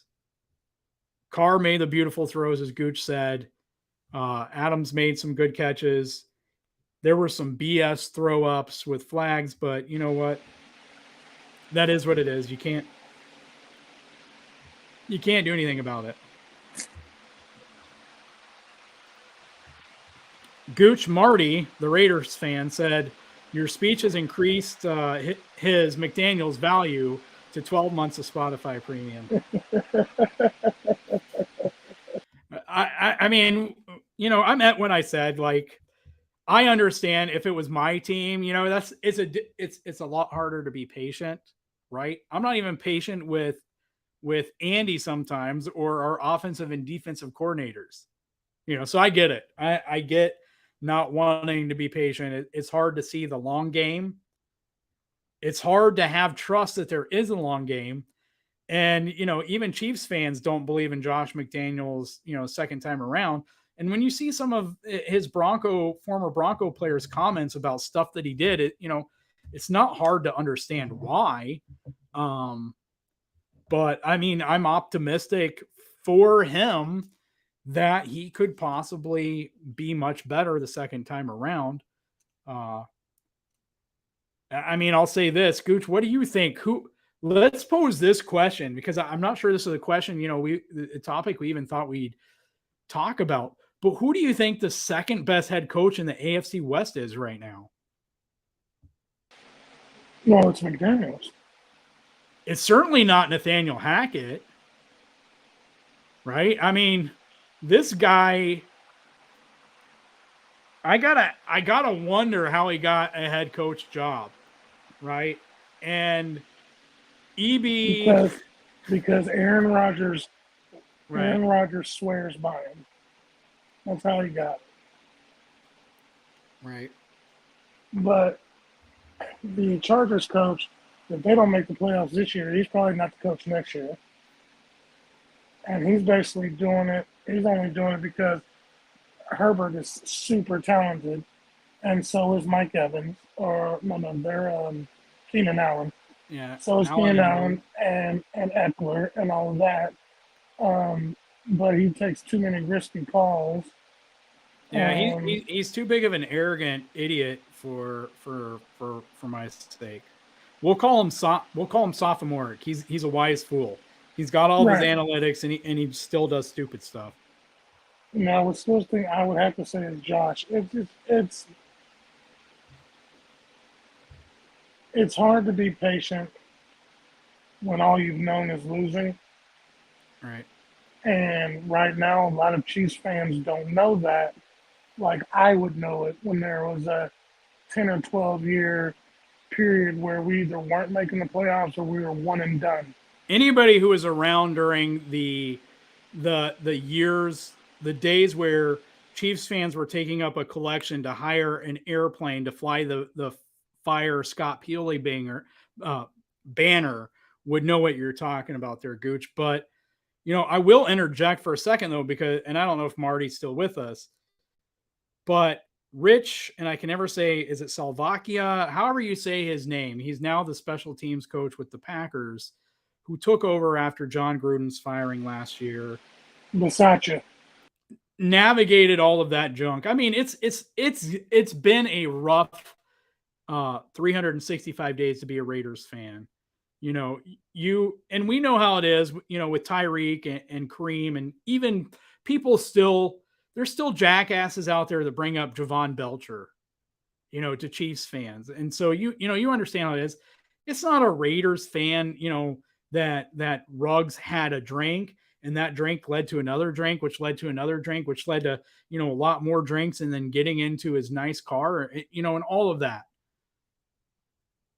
There's a lot of stuff that went on, and Rich, I'll let you say his last name again. I don't know how to say it, but I thought he did a hell of a job, and I'm surprised they didn't even give him a shot. So, if I were a Raiders fan and I saw how the season ended, he led them into the playoffs, to not even get a shot, to not even get to pick an offensive coordinator, right? I'm guessing he would have kept Bradley, but I don't think you want to have anything to do with John Gruden's offense. To not even give that guy a year, because all he did was lead your team back after all this crap happens. All he did was lead that team to the playoffs, and you let him go. And then you bring in a guy who had a failed, laughable, first go around with the Broncos. So I can understand where Raiders fans would be frustrated, where they would lose hope, because you had a guy who turned this team around, and maybe, yeah, we've seen it before. Maybe he was good at writing and pushing and elongating an emotional high, you know, maybe not. Maybe he's actually a good coach. John Harbaugh was a special teams coach. He's a great head coach. But yeah, anyway, so it's neither here nor there. But yeah, like I said, and I don't. Marty's probably still not with us, but I can understand, uh, and a lot of us can. We've been there. We've been there to see, going from Joe Montana to what, Gerbach, Bono, um, Rich Gannon not getting the shot and then leaving and winning a Super Bowl. We've had Brody Croyle, Tyler Thigpen. We were getting hyped up on Tyler Palco, trick shot Alex Tanney. All of these guys. We were begging for Damon Heward. We were begging for Kyle Orton. We were begging for Brady Quinn to be who the Browns thought he was when they drafted him. I thought that I had pushed all these names and memories deep down, inside of me and buried them long ago. But I mean, clearly, thank God I was way too small to ever see Todd Blackledge.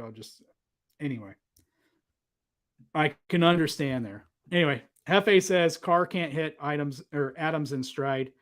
He did on the one touchdown. But yeah, I mean, the other ones weren't the prettiest ones. The one that Watson got flagged on in the end zone or by the end zone or whatever, Carr simply threw that one short. I don't think that one should have been a flag, but whatever. Holly asked, do you think the Eagles can continue their winning streak? It's a good question, Gooch. I'd have to look at their schedule, Holly. I really think it depends on who they play. I think there are teams that can definitely beat them. I think there will be teams who can embarrass them just because the matchups are there. I think they play the Cowboys next, don't they? Yeah, they play the Cowboys. So that'll be an interesting one, Gooch. It'll be interesting to see Micah Parsons and see how disruptive he can be to Jalen Hurts. So, you know what? I think it depends on who the quarterback is for the Cowboys is what I'm going to say. And that sounds like something stupid to say. But I think it depends on the health of the receivers, who the quarterback is for the Cowboys, and who they hand the ball off to. We're kind of in a similar situation. CEH is Zeke, and Tony Pollard, that's Pacheco, McKinnon, whatever. Tony Pollard, to me, is clearly the better running back on that team. But he's not the featured guy. He's not Jerry's guy. So, what do you think, Gooch? That's Holly. I think the Cowboys can win, based on those keys. Gooch, what do you think? How much longer do you think they can win? They got Cowboys, Steelers, Texans, Commanders, Colts, Packers, Titans, Giants, Bears, Cowboys, Saints, and Giants. Listen, I think it's almost Cowboys or nobody. That's a pretty easy schedule. That's about where I am. And if you want me to be completely honest, I think it's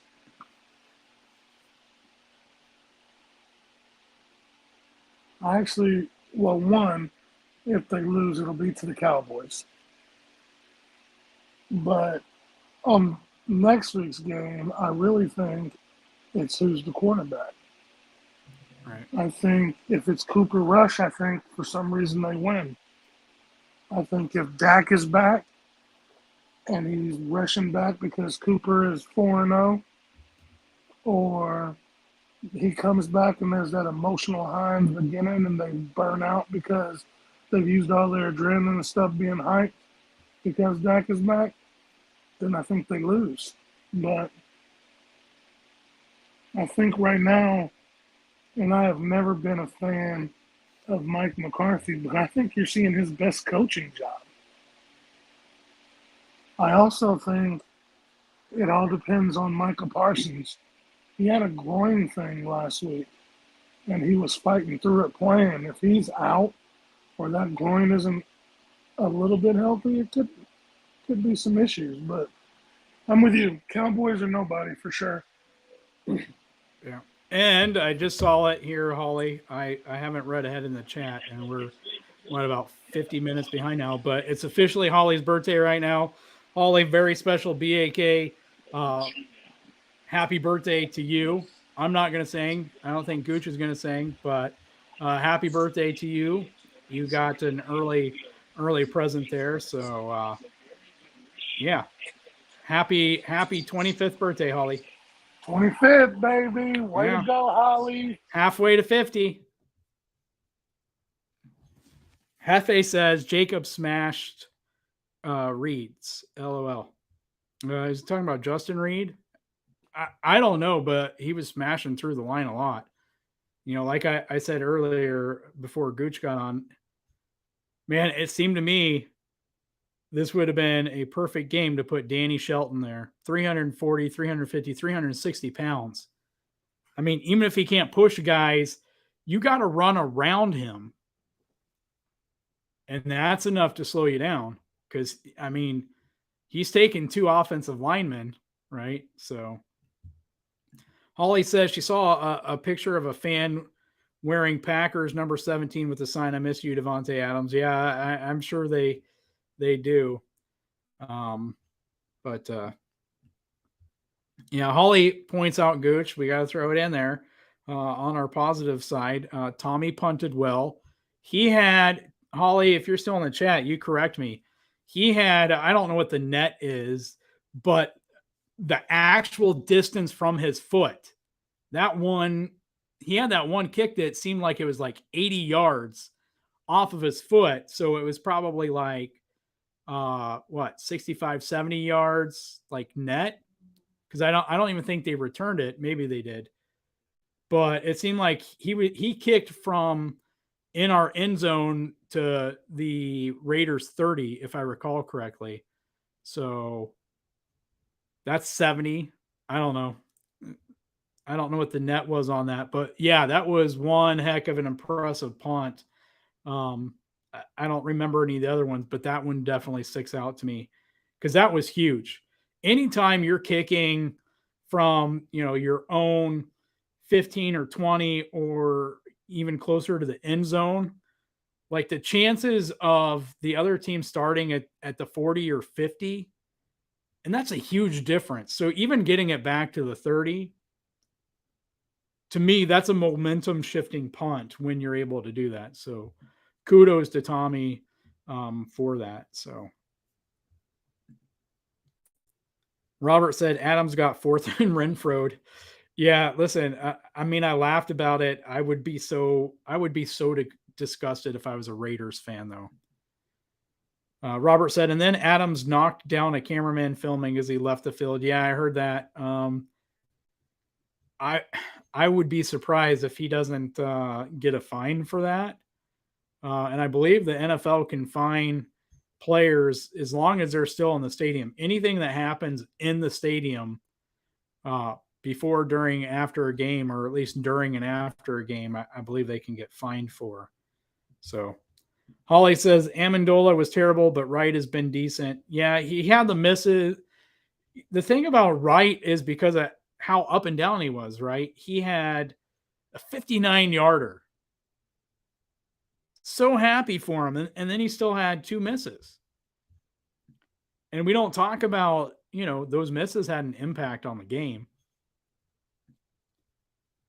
The refs had an impact on the game. At least we had the ball at what? That was going to be around the 40, 45 yard line. We were probably walking away with 3 at least. and it's hard to say at least without without Harrison Butker there. We could have had 7, and instead the Raiders got the ball back and they got 3, and then we had to go down and get 3. So, it could have been as much as a 10-point swing right there. You add in what Wright missed, and this game isn't as close as it looks. It'll be interesting to see. I forget the guy. I think his name is Kevin or whatever from PFF, who does his adjusted scores. I'd be interested to see when he comes out with his adjusted score for the Chiefs game. Hefe says, tell Butker to tape that up. It's funny when I played junior high, my football coach was my science teacher, and that was his answer for everything. Athletic tape. Jam finger, athletic tape. You forgot your belt for your pants, athletic tape. Your pants were ripped and your thigh pad was falling out, athletic tape. That was his answer for everything. So, yeah, tape it up. I'm sure they do. The thing is, it's this plant foot. So you really have to get that healthy, because what you don't want is to send him out there before he's healthy and then have this become a nagging injury where he's missing 2 or 3 games at a time, almost all the way through the season, a la Sammy Watkins as a receiver. Holly adds, but not as good as Butker, though. Amendola did okay during the first game. He subbed, but bad the second. Yeah, and I felt for him. I don't feel bad for the Cardinals. They cost us Butker, so they deserved to lose yesterday by the guy who played a part in our loss to the Colts. So screw the Cardinals, screw their field. I thought their field looked like trash yesterday too, but Robert says, agree, a lot of pressure and no training camp reps. Hefe, I forgot to mention Deion Sanders. Deion was on the Cowboys too. Troy Aikman was Tom Brady before Tom Brady was Tom Brady, as far as winning Super Bowls and having a lot of help behind or around him. Listen, I have nothing against Charles Haley, Deion Sanders, Michael Irvin, Jimmy Johnson, Barry Switzer, those coaches, those players of the 90s Cowboys.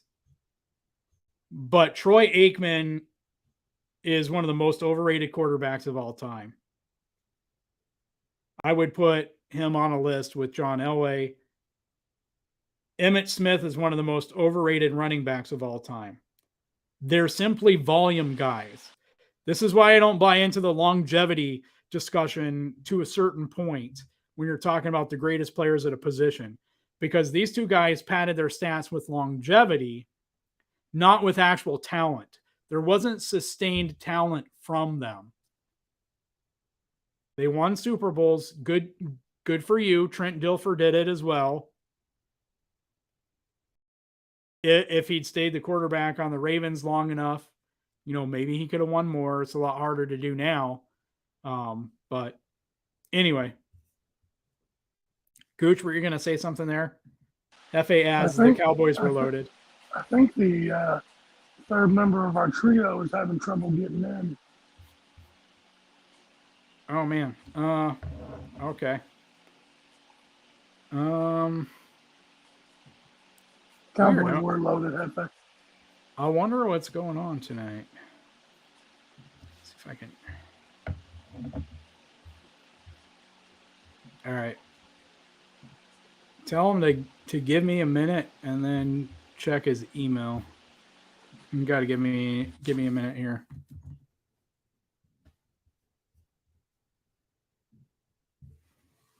All right. I think it sent.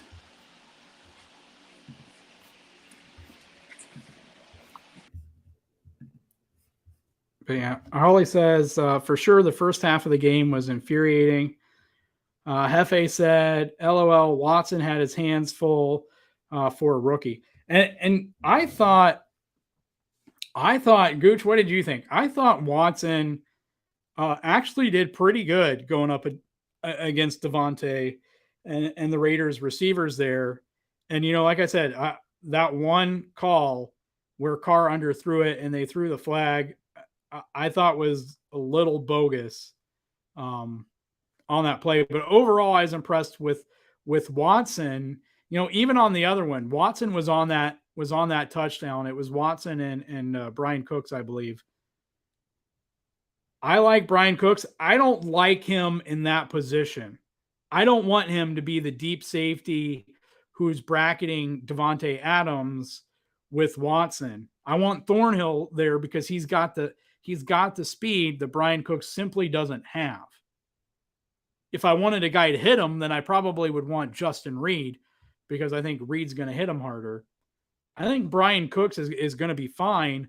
He's a rookie, so you got to give him that. But it just seemed like, yeah, I was fairly impressed with Watson in this game. I got no beef with Watson.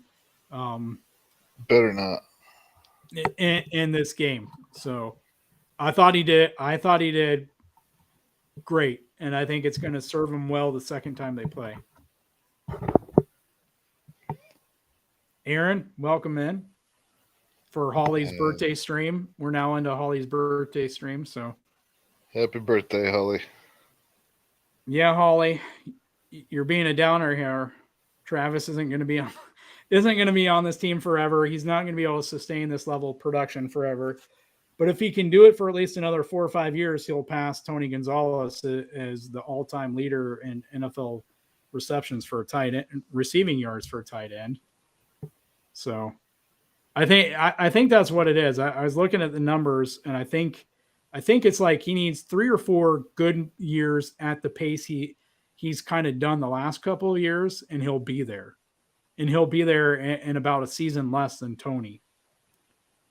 And I think that was being kind of conservative and giving him maybe a whole year's worth of, maybe a little bit of down production or whatever to kind of give him some room there. But that's what I would expect. As long as he stays healthy, I think he can get there about a year before Tony did.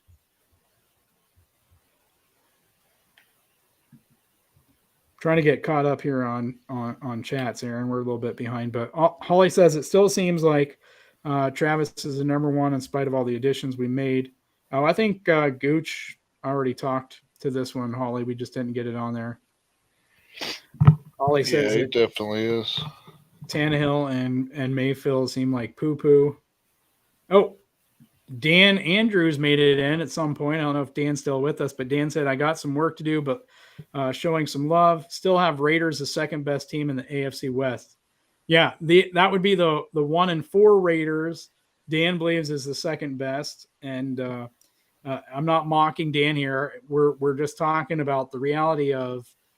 I said this before. I don't care what the Broncos' record is.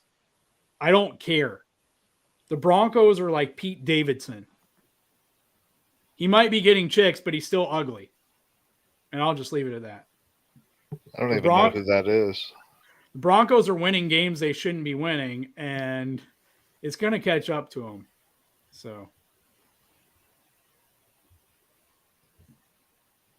the best way I could describe it, Aaron, is if you had a daughter and Pete Davidson showed up to like ask to pick up your daughter for a date or something, you'd probably call some of Liz's Italian family and make them disappear.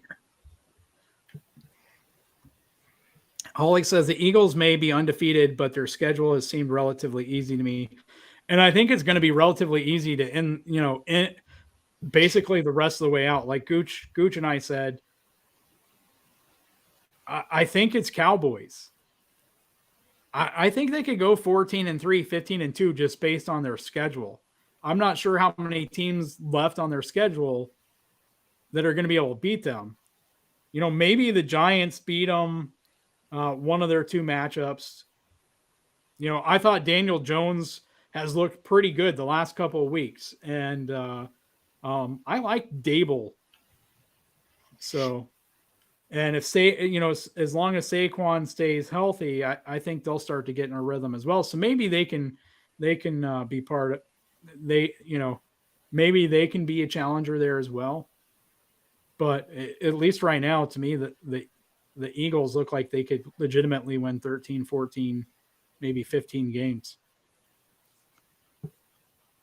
Yeah, where did they come from? Well, as Gooch pointed out, good running game.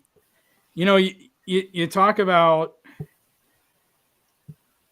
you already had Devontae Smith, having a quarterback who can run when teams are dropping 7 and 8 into coverage is huge right now. And Hurts is quick.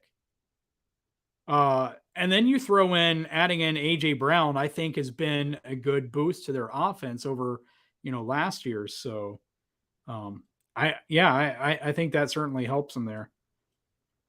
Dan says, and guys, make sure you go check out, and if you're not a subscriber to Dan Talks Football, formerly the DAN show, make sure you go check out his channel and subscribe. He also has Dan Bets Football as well.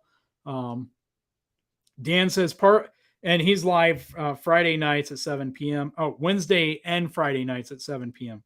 Dan says part of the Rule firing is due to the Wisconsin job being now open. I bet Rule takes that, or Nebraska at the end of the college football regular season.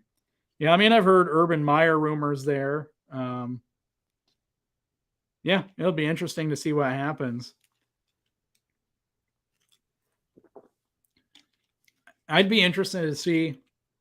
We don't really talk college football much. Gooch talks Bama. I talk to Iowa Hawkeyes. Even though Aaron's a Mizzou fan, he rarely talks about Mizzou. But yeah, it'll be interesting to see what happens at either of those teams. But it'd really be interesting to see what happens with the Panthers. Are they going to do this fire sale? Because all these rumors are out here. This player's this team's interested in this player, and this team's talked to the Panthers about that player. So yeah, it'll be interesting to see what happens. What does Holly say here? Holly says Nick Bolton, Willie Gay, and Chris Jones seem to be the keys to our defense.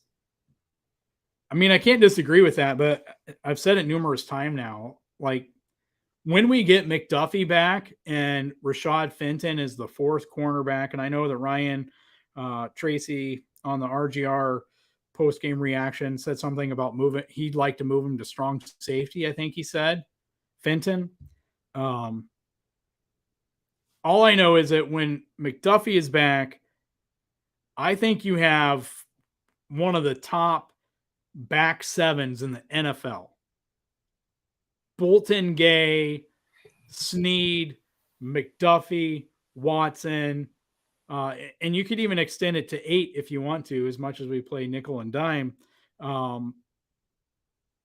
Thornhill, Reed, if you want to throw Cook in there, I think we still need to see more from him. But definitely the 2 safeties, the 3 cornerbacks, and our 2 linebackers there. Like, I think they're in discussion for one of the top 2 or 3 linebackers on. And then you throw Chris Jones in there, you throw in Karlaftis's motor. And so I understand, getting off topic, but kind of going back to the other one, I understand when people talk about, man, we should see if Brian Burns is available. You got to replace Frank Clark. If you do that, then your defensive line looks way better. Agreed. I assume you talked about the Chris Jones falling on Carr partially. Oh, yeah. Yeah, we talked about it. Or I might have ranted about it a little bit here. Yeah, Holly brings it up again. She brings up the Tom Brady call. Aaron, I said that I told Gooch when we were watching this on the RGR football watch party, that no matter what the outcome was, everybody in sports talk, football sports talk tomorrow, well, it's now today, we'll be talking about that penalty. Like that'll be the top discussion of the day, following the Grady Jarrett call that gave Tampa Bay the win, sealed the win for them. So that's my opinion. I don't know what you think, but I think between those two calls and how egregiously bad they've looked, that's going to be the topic of discussion for this next week. I hope so, but it's kind of hard to get over how hilarious that was. Renfro running into Adams to finish off the game. Listen, that could be a hot topic. This is how bad it was. Aaron, I seriously said to Gooch afterwards, before I saw the replay, I said, Gooch, was this the play? Did Josh McDaniels call a play and have his receivers flop to try to draw a DPI flag? Well, I said I could see Belichick having that, in his playbook and McDaniels bringing it over. That's how bad it was before I saw the replay. But yeah, anyway, go ahead. Sorry. The one that Adams got, the second one on Watson. Watson was trying to turn around and he freaking grabbed him into himself, and then tackled him. So that was a flop, but he made it look good. I do not know what happened here in my chat. I know the Fenton one was real bad, and that was definitely defensive pass interference, but Fenton doesn't need to be on the field. Remember when we did agree. our 53? We did our 53. I said Fenton shouldn't make this team, and I believe that was the first time you guys called me an idiot. I was just surprised with it. I didn't call you an idiot. I don't think he should be in the top 3 at least. No, I didn't. Yeah. I think he's your number 4 cornerback. If you see more out of Joshua Williams, is it? Which he was running stride for stride with Adams before Renfro ran into him. Williams was. Oh yeah, was he? Yeah, I didn't even see who was on that play. He got knocked over too. That was so funny though. Now, Holly says it's not allowed to sack the quarterback unless it's Patrick Mahomes. Yeah, I think it's ridiculous. And I know if Dan was watching, we'd probably get in a little bit of an argument on this, but it's a place of disagreement here. I love Dan's perspective on things, and it keeps me thinking and sharp, Dan Andrews. But Dan thinks that Mahomes and the Chiefs have risen to the place that we get the Brady treatment, and I just utterly disagree with that. Mahomes takes all kinds of hits that if Brady took them, he would draw flags that Mahomes doesn't, where he'll look around for a flag, it's not thrown. So, Brady even tried to kick the guy. Right. I mean, there's just so much that Brady gets away with and so many flags that Brady gets that he shouldn't, that I can't agree with that. I can agree with the fact that I don't think the NFL hates the Chiefs. We don't get hard schedules because the NFL hates us. We get hard schedules because we keep winning. And what happens when you make it to the AFC Championship game or the Super Bowl is you end up with one of the toughest schedules because it sets up who you play and where you play it. There's a formula for it. And when you make it to that place, it dictates who you play and where you play them. But every year that we get a tough schedule, no, it's the formula. There's nothing about Brady when it comes to the formula. But anyway, they don't use the formula for him. They do. They use the formula for everyone. There's no. He never gets a hard schedule. That's because he plays in divisions that are full of wussy teams. He does that strategically. And they always get to play at home against us. Always. that again, it's a flaw in the schedule, in the formula for making the schedule, but it's there. It's not like the schedule makers are manipulating it to make things happen. It's just the way the formula goes. Disagree. So, well, Aaron, you can read up on the freaking schedule and see how they make it. It's just not true. It's a You stupid don't lie. need to get angry. Well, we're not going to be I pushing just disagree. Well, you can disagree with you all you want, but go look at it, because we're not going to be pushing misinformation. I've looked at it. We don't get an advantage there. I'm not pushing disadvantage there. disinformation. And Brady doesn't get an advantage there. It's simply the stupid way Look at that his the formula schedule works. every year. So, but when you look at our schedule, where we get an advantage is we get an advantage with extra days. So,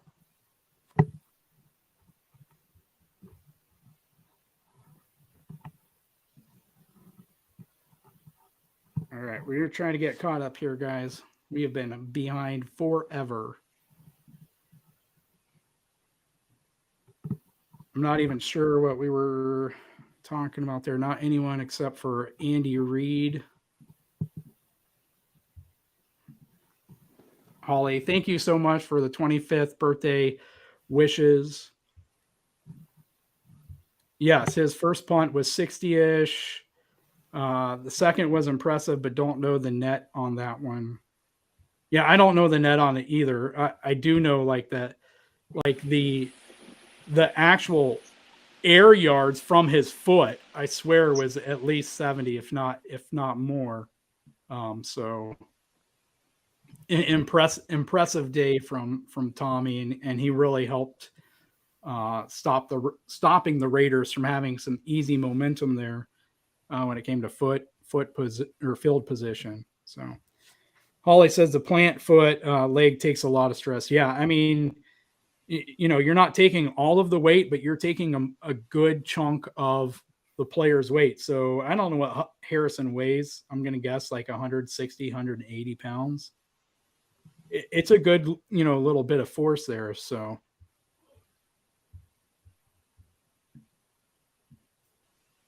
let's see. Trying to get caught up here, guys. We've been behind. Holly says getting to be sleepy time for me. That was about 15 minutes ago here, guys. Robert liked the Pete Davidson Broncos analogy there. Holly says KU football, first time they've had a winning record in umpteen years. Saturday was the first time I intentionally watched a KU game. I guess I've lived in Kansas for a year now, so I figured I should, and I knew there was a bunch of hype on that one, so kind of a disappointing. And that was another game with some screwy refereeing there. So the Saturday Night Live guy. What's that? The Saturday Night Live guy. Pete Davidson. You're talking about Pete Davidson? Yeah. Yeah. I don't watch Saturday Night Live anymore. I stopped watching when it stopped being funny. Well, he's now on The Rookie, but so, and Pete Davidson's probably one of the guys that was part of that turnoff. Holly says Clark had a good game though. Yeah. Hefe, it is Chris Jones's contract year. What are we doing with him? Before he left because of illness. Who's that? Jones? Clark. Oh, Clark. Clark. He left because of an illness. Hefe, I'm pretty sure Chris Jones is under contract for one more year. I could be wrong on that. Am I wrong on that, guys? Anybody know? No, I think we have him one more year. Yeah, I think he's under contract for next year. Nope, I got to put in more than Chris Jones into Google because all that's coming up is that BS roughing the passer.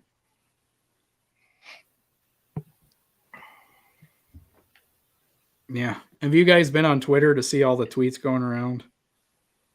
No. Yeah. Next year, if we want them, we have them under contract. We can get out of it with $7 million of dead cap for next year. Otherwise we We have him 19.5 million next year with cap hit of 27 million. So I would imagine you see an extension, or you see them throw some more money and avoidable years, kind of a dummy year on there, because I don't think they'll want to have him have that big of a hit. So I would expect one of those two things, either an extension or you tack on a voidable year that he's not going to see, and you throw some extra money just to spread some of that 27 million to 2024. But we'll see. See what Holly says here. I think we're almost caught up here. Holly said, my comment was cut off, but I was trying to say that sacking, say Tom Brady is a penalty, but they don't seem to call those penalties when Mahomes is sacked. Yeah, we got you there, Holly, and I agree. I know Brittany and Pat's mom, Randy, would agree with that. I think defenders get away with all kinds of cheap shots, in addition to some of the ways that they hit Pat. And in fact, someone shared on Twitter tonight, and I retweeted it. After a play, Max Crosby went up to Mahomes and headbutted him. Could you imagine if Chris Jones did that to Tom Brady? Like, they were face to face, and Crosby headbutted him.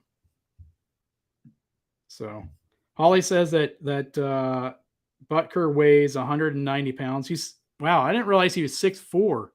That's unusual for a kicker, isn't it? Aren't they usually kind of smaller guys? 190 pounds.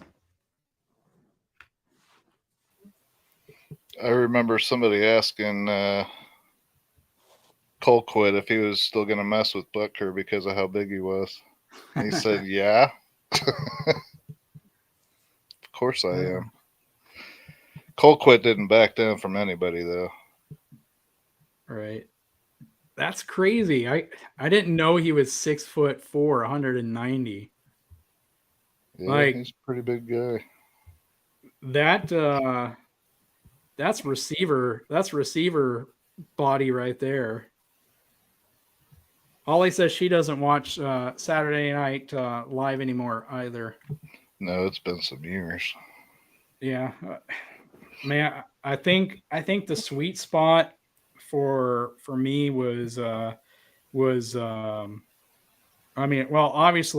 the John Belushi, anywhere between John Belushi and a little after Will Ferrell.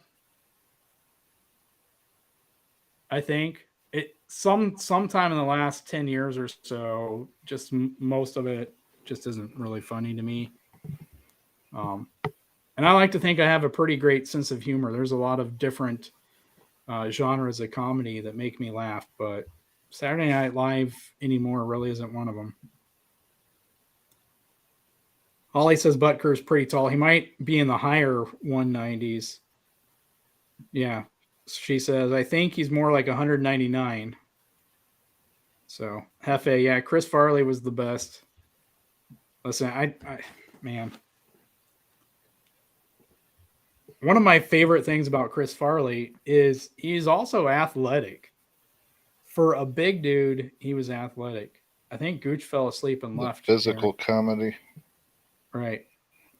But I mean, just for a big guy, he diving on tables. Super athletic. I didn't know he was a Bills fan, but thanks for pointing that out, Aaron. No, what? I'm kidding. You said diving on tables. Oh, I didn't even think of that. He was living in a van down by the river, and he'd always dive on a coffee table and break it. Yeah. Motivational speaker Matt Foley. Oh man. Yeah.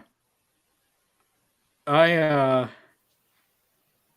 forget what it was, Aaron, but on Twitter, since we're caught up now,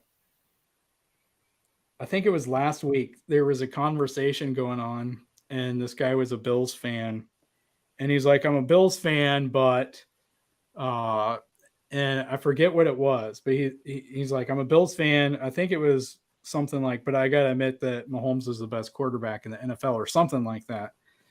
And I said something like, either you're not really a Bills fan or you haven't jumped through a table yet. And he got a little testy with me, and he said, and he's like, basically like, no, how do you know either of those are true? And I'm like, well, which is it? And then I said, have you jumped through a table? And he said, and he said, no. And I said, well, there you go. Like, I knew it. I called it. You can't be a Bills fan and be smart and having not jumped through a table. Like, I think I said that backwards. It's 2:18 a.m. You can't be a Bills fan and be smart and having jumped through a table at the same time. Like, those Bills fans don't exist. There's the ones who jump through tables, and then there's the smart ones. Like, you can't be both. And I had to laugh at the exchange because he tried to fight me, but then he admitted he's never jumped through a table. So it's like, well, I told you it's one or the other. So either you're not really a Bills fan. He's like, I'm a Bills fan. Okay, well then you haven't jumped through a table. Have you jumped through a table? No. Like, duh, I told you. I told you. Anyway. Holly says Bills Mafia now jumping through tables. Yep, that's where we're at, Holly. This is your birthday entertainment. We hope you have a great birthday today. Yeah, Gooch had to go to the bathroom, so Gooch left us. He's sitting on the throne, but no, he's probably asleep. It's almost 3:20 a.m. where he's at. It's his Tuesday, so their time by now, huh? He's got classes too, 8 a.m. So I forgot about that. Yep, 8 to 5. So Gooch has got to get to sleep.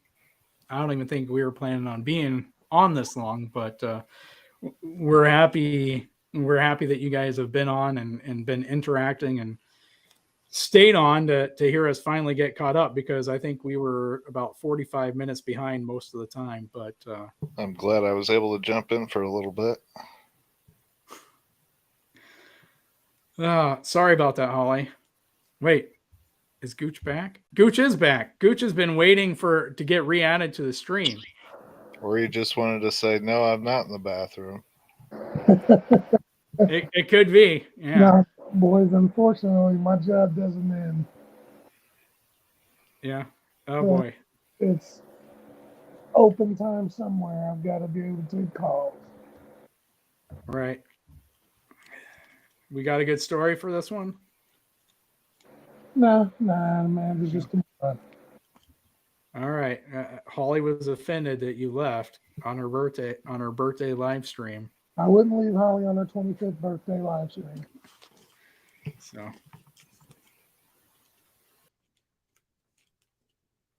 Well, guys, we got caught up on the chat here. It is 2:20, 3:20 where Gooch is at. Gooch, we know you got to get to class in the morning. We're happy for a Chiefs win. We're still frustrated about some of the things that happened in the game. Aaron, did you get a chance to get to watch any at all once you got home? Yeah, I watched it all. Okay. So fast forward through it. So you got to be pissed about some of the same stuff we got to be pissed about. Oh, yes. At the end of the day, we got the win. I think if it isn't for Renfro and Adams crashing into each other there, we're having a much different conversation. We're probably livid at some of Spags' decisions. We're probably questioning our last drive, the 2nd and 2 and the 3rd and 2. I told Gooch live I didn't like handing the ball off to CEH there because he wasn't getting yards. No. The third and 2 and Mahomes is passing 20 yards downfield, and he doesn't even have a short option on the play there where it made sense. I hated that call for 3rd and 2. I hated the idea of giving the Raiders back the ball because the reality was all they had to do is just throw one down there and hope you draw a pass interference and kick a field goal and win. So, we're thankful that that didn't happen. But at the same time, I'm not someone, I know Gooch and Aaron, we're not someone who's going to gloss over something simply because we got the win. We're happy we got the win. We're going to celebrate it. We're going to celebrate the players and the team for that. But we're also going to point out this was super close to being a loss. We should be thankful that it was a win. And so we're going to point out some of those things that led to this basically nearly being a loss. Because if we did this live stream at halftime, people's attitudes and the things that people would have to say would be completely different than they are after, we pull out a win here. So I think that's kind of the point kind of getting to here. But anyway, Holly says, Gooch, thanks for showing up for my birthday. And Aaron too, Holly. Aaron specifically came on here for your birthday after working. And it's Travis Kelce's mom's birthday. His mom's birthday? Yep. Yeah, I get to Holly. I got to get to bed soon, too. My wife is working at like 7 a.m. and the kids wake up and I got to wake up. Go ahead, Gooch. Yeah, it was Kelsey's birthday a couple days ago. Yeah, I think the 8th. I think my wife was saying. I think his mom's birthday is the 10th. So Kelsey, and then Kelsey's mom was today, and Holly's birthday is today.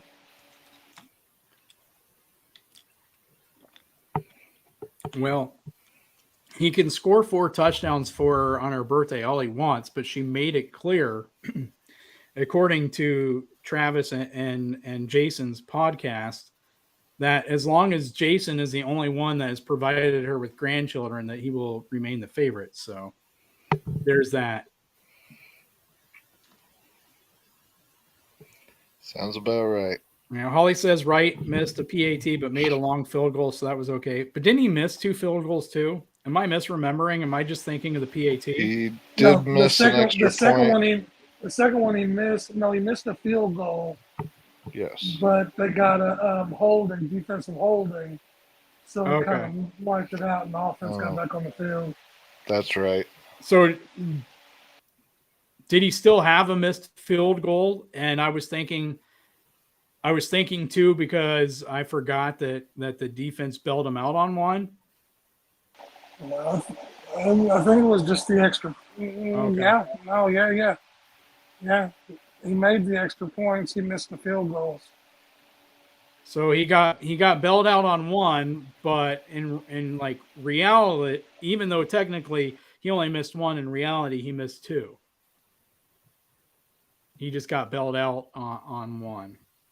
Which, listen, I mean, those are actually, that's extra points for us, but I feel more bad for him because that 59-yarder, I turned to my wife and I said, man, another team looking for a kicker, they're going to see this. So I hope he has a great rest of the game.